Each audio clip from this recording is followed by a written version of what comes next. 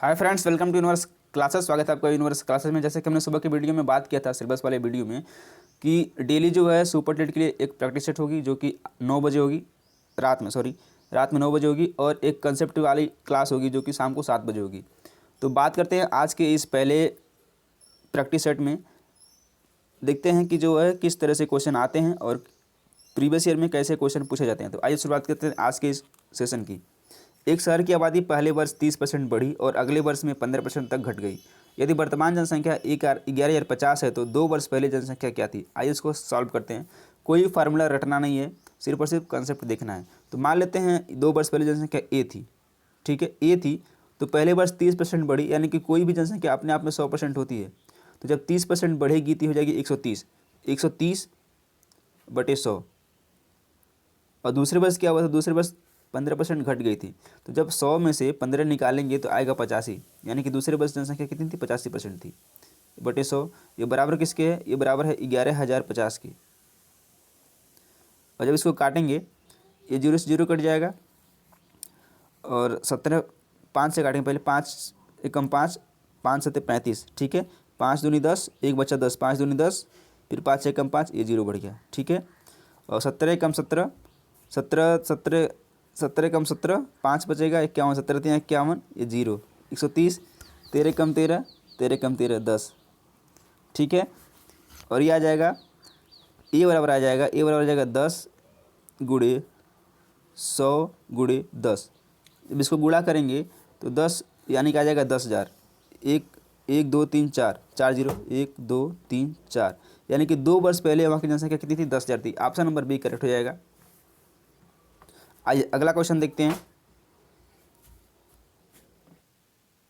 यदि आप super TET, railway, लेखपाल या फिर किसी भी वनडे एग्जाम की तैयारी कर रहे हैं तो आपका स्वागत है, और ये क्वेश्चन आपको देखने के लिए मिल सकते हैं। आइए देखते हैं क्वेश्चन क्या है। क्वेश्चन काफ़ी कमाल के हैं। एक छोटे से साबुन कारोबार में विपणन यानी कि मार्केटिंग पर 10%, कर्मचारियों के वेतन पर 65% और कच्चे माल पर 20-25% खर्च होते हैं। यदि व्यापारी कुल वेतन 65,000 देता है तो उसका विपणन पर खर्च कितना है। इस 25% का कोई मकसद नहीं है, कोई मतलब नहीं है। और एक चीज़ और, हम जो है कोई फार्मूला नहीं रटवाते हैं आपसे, आपको सिर्फ और सिर्फ कंसेप्ट बेस प्रोवाइड कराते हैं। तो आइए देखते हैं। इस 25% का कोई मतलब नहीं है, कोई मकसद नहीं है, सिर्फ पूरा खेल जो होगा 10% और ये 65% होगा। तो आइए 65%, यानी कि व्यापारी को कुल वेतन देता है 65,000, यानी कि 65% की वैल्यू आपको दी हुई है।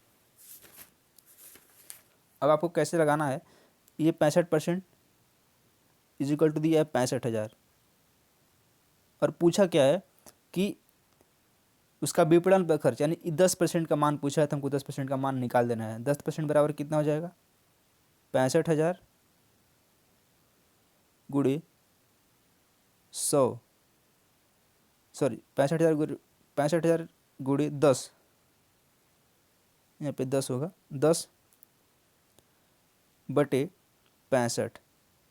जब इसको काटेंगे आप, 65 कम 65, और ये एक ही बार में कटेगा, एक बार। यहाँ पे 2 3 जीरो आपके बढ़ जाएंगे, तो ये हो जाएगा 1,000 गुड़े 10 जब करेंगे आपके पास, तो हो जाएगा 10,000। यानी कि वो विपणन यानी कि मार्केटिंग पर 10,000 रुपये खर्च करता है। ऑप्शन नंबर बी बिल्कुल करेक्ट है। आइए अगले क्वेश्चन में पढ़ते हैं। हम उम्मीद करते हैं आप समझ पा रहे होंगे। दूसरा क्वेश्चन है, लिपिक की नौकरी के लिए एक परीक्षा में 1500 प्रतियोगियों ने भाग लिया। उनमें से 15% परीक्षा पूरी नहीं कर सकें। जो परीक्षा पूरी कर सकें उनमें से 80% ने परीक्षा उत्तीर्ण की। कुल कितने प्रतियोगी सफल हुए।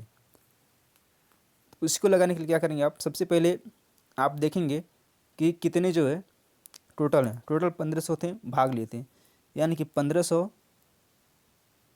गुणे और कितने परीक्षा पूरी नहीं की, यानी कि 15% ने परीक्षा छोड़ दी, तो 85% ने अटेम्प्ट किया होगा, तो 85 बटे 100 गुणे उनमें से 80% परीक्षा उत्तीर्ण किए हैं, तो गुणे 80 बटे 100। बस आपका सवाल लग गया। इसको काटेंगे, ये 2 जीरो, ये 2 जीरो कट जाएगा, 1 जीरो 1 जीरो, 5 दूना 10, 5 तियाँ 15, और 2 चौक 8। ये आपके पास आएगा 3 गुणे 85 गुणे 4, यानी कि 12 गुणे 85, 12×5 = 60 को 0 हासिल 6, 12/96 और 6 102, यानी कि 1020 प्रतियोगी उसमें सफल हुए। Option number B is correct answer. अगले क्वेश्चन पे बढ़ते हैं। ये क्वेश्चन थोड़ा लंबा है। संयोग को जेब खर्च हेतु कुल राशि मिलती है।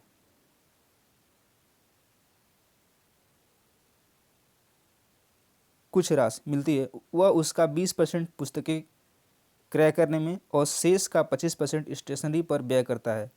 अब बची राशि को 10% गरीबों को दान कर देता है और अंतिम शेष धनराशि को मिष्ठान आदि खरीदने में व्यय करता है। यह राशि 13.5 यानी कि 13.5 रुपये है, तो उसके जेब खर्च की कुल धनराशि कितनी है? आइए इसको लगाते हैं।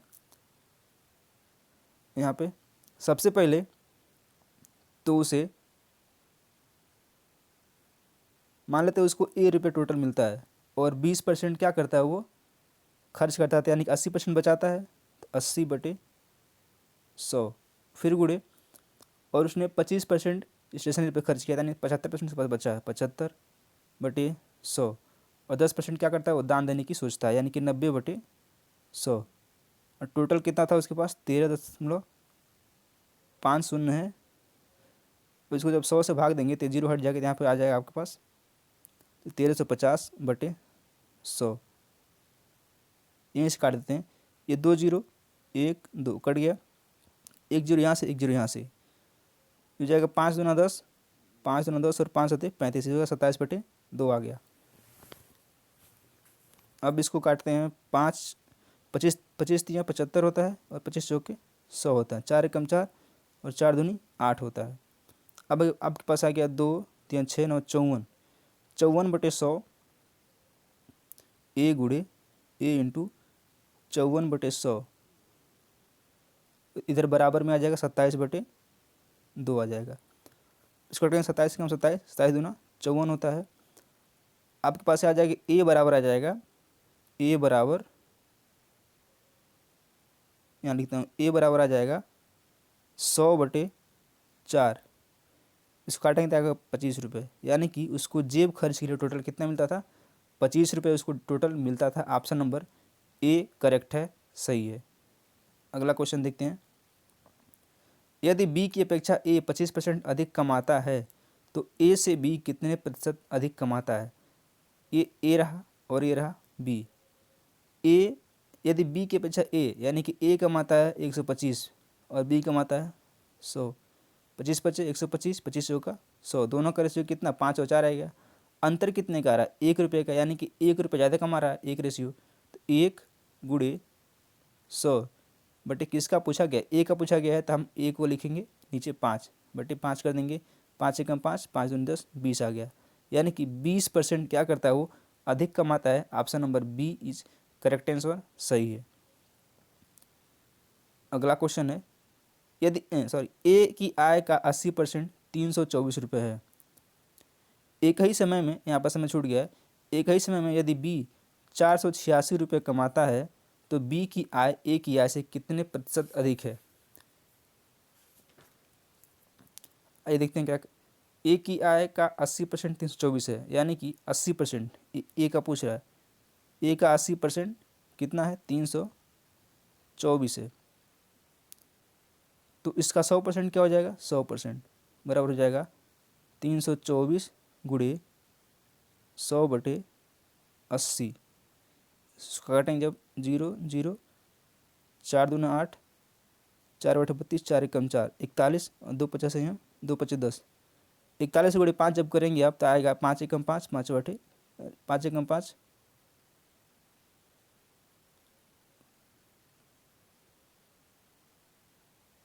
कुछ गड़बड़ लग रहा होगा काटने में। 324 गुणे 100/80 जब इसको काटेंगे आप, हाँ 4 दूने 8, 4/32, 4 एकम 4, ये 2 25 10, यानी कि 81 गुणे जब 5 करेंगे, 81 गुणे 5, 5 एकम 5, 5/40, 405 आएगा। अब ये आ गया 405 ए का है और बी कमाता है 486 रुपये। तो 486 में से 405 जब माइनस करेंगे तो कितना आएगा? 6 में से 5 जाएगा 1, 8, 81 रुपये ज़्यादा आ रहा है।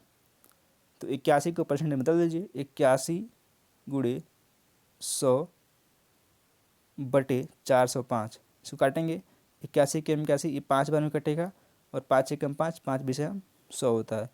तो 20% क्या करता है, वो अधिक कमाता है ए से। ए की या बी से? ऑप्शन नंबर बी करेक्ट है। आइए अगला क्वेश्चन देखते हैं। एक पुस्तक का मूल्य पहले 25% बढ़ाया गया और फिर से उसे 20% कम कर दिया गया, इसके वास्तविक मूल्य में होने वाला परिवर्तन क्या है? तो 25% पहले क्या किया गया, इसको ऐसे लगा सकते हैं, एक्स प्लस वाई प्लस में एक्स वाई अपन 100 पे लगा सकते हैं इसको। पहले क्या किया गया, 25% बढ़ाया गया, फिर क्या किया, 20% कम कर दिया गया। माइनस का 25 और गुणे 20 बटे जब आप 100 करेंगे ये आएगा। तो 25 से कम 25, 25 चौका 100, 4 कम 4, 4 25 20, 25 में से 20 जाएगा 5, 5 और माइनस 5 यानी कि 0, यानी कि नो चेंज, ना तो बढ़ा ना तो घटा, कोई परिवर्तन नहीं हुआ। ऑप्शन नंबर डी सही है। इसको आप एक तरह से और लगा सकते हैं, इस कंडीशन में ना घटा ना बढ़ा, ऑप्शन नंबर डी बिल्कुल सही है। आइए अगला क्वेश्चन देखते हैं। एक वर्ग के प्रत्येक भुजा में 10% की वृद्धि हुई है, तो उसके क्षेत्रफल में वृद्धि होगी, कितनी होगी? एरिया क्या होता है वर्ग का, ए इंटू ए, यानी कि ए स्क्वायर होता है, या फिर भुजा का वर्ग होता है वर्ग का क्षेत्रफल। इसमें भी एक्स प्लस वाई प्लस में एक्स वाई अपन 100 लगा सकते हैं आप। तो इसको क्या करेंगे, 10% पहले क्या हुआ, 10% बढ़ा, फिर 10 गुणे 10 बटे 100, 0 0 0 0 खत्म, 10 10 20 प्लस 1 21, यानी कि 21% क्या होगा, बढ़ोतरी होगी। Option number B is correct answer. Next और लास्ट क्वेश्चन। 50 का 860% प्लस 860 का 50% किसके बराबर है? इसको ऐसे करना होगा, 50 का 860, 860 बटे 100 प्लस 860 का 50%। इसको जब काटेंगे 1 0 1 0, 2 0 कट गया, 1 0 1 0 1 0 1 0 कट गया, 5 6 30 को 0 हासिल 3, 5 40 3 43, 430 प्लस 5 6 30 और 5 40, ये भी आएगा 430। जब इन दोनों को जोड़ेंगे तो आएगा आपके पास 860। Option number C is correct है। तो दो संख्याएं 8 संबंधी 9 के अनुपात में हैं और उनका मौसो 6 है, तो उनका लौसो क्या होगा? मान लेते हैं दो संख्याएं हैं 8 और 9 के अनुपात में है, तो ये संख्या वही हो जाएगी और उनका मौसो कितना है, 6 है। तो आप इनको लौसो पूछ रहा है, इसका लौसो बताना है। आपको कुछ नहीं करना है, सिंपल से क्या करना है, जो नंबर दिया है उसी का आपस में आप गुणा कर देंगे। तो एलसीएम इक्वल टू क्या हो जाएगा, एलसीएम इक्वल टू यानी कि 8 गुणे 9, 8 गुणे 9 गुणे 6 कर देंगे तो आपको इसका एलसीएम आ जाएगा। 8 9 कितना होता है, 72 गुणे 6, फिर से कर लेंगे, 6 दूना 12, 6 सते 42, 6 दूना 12 2 से लिख, 6 से 42 43, 432 इस क्वेश्चन का आंसर होगा, यानी कि 432 ऑप्शन नंबर बी में दिया गया है और ऑप्शन नंबर बी सही है। आप इसको सही लगा के करेक्ट मान करके चलें। चलिए बढ़ते हैं अगले क्वेश्चन की तरफ। और अगला क्वेश्चन है, ये वाला क्वेश्चन मैं छोड़ रहा हूँ क्योंकि इसमें कुछ मिस्टेक हो गया है, इसलिए मैं नेक्स्ट क्वेश्चन ले रहा हूँ। चलिए देखते हैं। पी एक काम को क्यू की अपेक्षा 4 गुना तेजी से करता है। मान लेते हैं ये पी है, ठीक है, और ये है क्यू, ठीक। तो पी एक काम को, ये पी जो है क्यू की अपेक्षा 4 गुना तेजी से काम करता है। काम को समाप्त करने में क्यू, इसको क्यू की पी की अपेक्षा 27 दिन अधिक लेता है। मान लीजिए ये यदि ये 1 दिन ले रहा है तो ये 27 दिन लेगा उस काम को समाप्त करने के लिए। तो यदि दोनों एक साथ काम करते हैं तो काम कितने दिन में समाप्त हो जाएगा? यदि दोनों एक साथ काम करने लगे तो काम कितने दिन में समाप्त हो जाएगा? बेसिकली ये यदि जल्दी काम कर रहा है तो इसकी क्षमता ज़्यादा होगी काम करने की, और ये धीरे धीरे काम कर रहा है तो इसकी क्षमता कम होगी। जैसे मान लीजिए जो मज़दूर होते हैं, मान लीजिए कोई मज़दूर होता है, ठीक है, वो थोड़ा कमज़ोर होता है तो वो 4 ईंटा उठा पाता है यदि ईंटा की ढलाई करता है। इस बात को आप अन्यथा नहीं लेंगे, सिर्फ और सिर्फ समझाने के लिए बता रहा हूँ। और कोई ऐसा है जो थोड़ा सा ताकतवर है, वो 6 ईंट उठा सकता है, तो इसकी अपेक्षा ये ज़्यादा तेज़ काम कर रहा है, इसी को बोलते हैं क्षमता या फिर एफिशिएंसी। आइए क्वेश्चन पर आते हैं। सबसे पहले क्या करना होगा, आप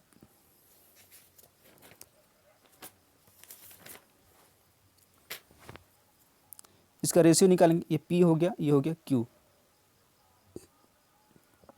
तो यदि ये P एक काम करता है तो Q कितना, 4 काम करता है। ठीक है, यही इस क्वेश्चन का कह रहा है। ये हो गई क्षमता यानी कि एफिशिएंसी। तो डे कितना हो जाएगा, यानी कि इसका जस्ट अपोजिट इसका दिन होगा या फिर इसका डे होगा, यानी कि यदि एक दिन में कोई काम करेगा तो ये करेगा 4 दिन में। ठीक है, जैसे क्षमता क्या है, P की क्षमता 4 है और Q की क्षमता 1 है। तो P यदि किसी काम को एक दिन में करेगा तो Q उसी काम को 4 दिन में करेगा, क्योंकि डायरेक्टली अपोजिट होता है। अब देखिए इन दोनों का अंतर कितना है, 3 है, और इसी का अंतर 3 का मान दिया 27। 3 बराबर कितना हो जाएगा, 27। ठीक है, 1 का मान आ जाएगा आपके पास 9। ठीक है, अब P का पूछा है, P की क्षमता कितनी है, 4 है। ठीक है, यदि हम वो Q का पूछता है तो हम 1 ऊपर लेते हैं, तो P की क्षमता कितनी है, 4 है। P बराबर क्या हो जाएगा, 4, और दोनों को जोड़ेंगे यदि हम तो हो जाएगा 9, सॉरी 9, ये 9 तो ऑलरेडी यहाँ पे है, एक जगह 4 गुणे 9 और बटे 5 कितना हो जाएगा, 4 9 36 और बटे 5। इसको जब काटेंगे तो 5 7 35, 5 10 7.2, यानी कि इस ऐसे ही दे दिया 36/5। तो 36/5 दिन में ये खत्म करेगा। ऑप्शन नंबर बी सही होगा। चलिए आगे बढ़ते हैं।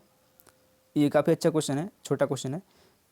ए का मान ज्ञात कीजिए यदि 7 अपान, ऐसे क्वेश्चन है कि 7 / a-2 = 5/a+4, यानी कि 7/a+2 a-2 बराबर 5/9 + 4। इसको कैसे लगाएंगे, क्रॉस मल्टीप्लाई कर देंगे तो हो जाएगा 7a + 28 बराबर 5a - 10। ठीक है, तो a और a को एक साथ लाएंगे तो 7a - 5 करेंगे तो हो जाएगा 2a बराबर -10 और -28। तो 2a बराबर कितना हो जाएगा, 2a बराबर हो जाएगा -38। a बराबर कितना हो जाएगा, a बराबर हो जाएगा -38 और बटे 2, यानी कि a बराबर हो जाएगा -19। और यही इस क्वेश्चन का आंसर होगा। ऑप्शन नंबर बी करेक्ट है। एक बार इसको मैं समझाता हूँ। इसको 7/a - 2 बराबर 5/a+4, यही दिया है। इसको अब जब क्रॉस मल्टीप्लाई करेंगे इधर से ऐसे तो ये होगा 7a प्लस में जाएगा 28 बराबर 5, इधर ऐसे करेंगे 5a और माइनस में जाएगा 10। ठीक है, तो 7a इधर प्लस है, इधर रहेगा तो हो जाएगा -5a बराबर -10, इधर ऑलरेडी है ही, ये प्लस इधर है, राइट में आएगा तो हो जाएगा -28। ठीक, 5 में 7 में से 2 निकलेंगे, 5 निकलेंगे तो आएगा 2a बराबर -10 -28 हो जाएगा -38। तो a बराबर कितना हो जाएगा, -38/2, 2 कम 2, 2 कम 2 दोनों 18 हो जाएगा -19, और -19 ही इस क्वेश्चन का आंसर होगा। ए का मान। ऑप्शन नंबर बी करेक्ट है।